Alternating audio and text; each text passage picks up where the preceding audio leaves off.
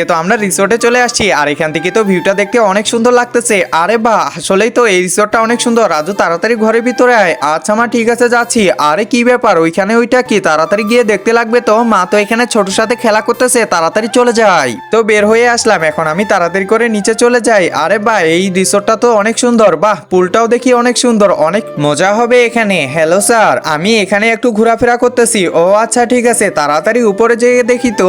আরে এখান থেকে ভালো করে দেখা যাচ্ছে না, একটা কাজ করি, তাড়াতাড়ি নিচে চলে যাই, ওইখান থেকে অনেক ভালো দেখাবে। তো আমি প্রায় নিচে চলে আসছি, এখান থেকেও ভালো দেখাচ্ছে না, একটা কাজ করি আর একটু আগায় যাই। বাহ, এখান থেকে তো সমুদ্রটা দেখতে অনেক সুন্দর লাগতেছে, আর একটু আগায় যাই। কাবা ঘরের দিকে তাকালেই নাকি সব গুনাহ মাফ হয়ে যায়। হে আল্লাহ, যে আমার ভিডিওটা দেখে লাইক এবং সাবস্ক্রাইব করে দিবে তাকে একবার হলেও কাবা শরীফে যাওয়ার তৌফিক দিও।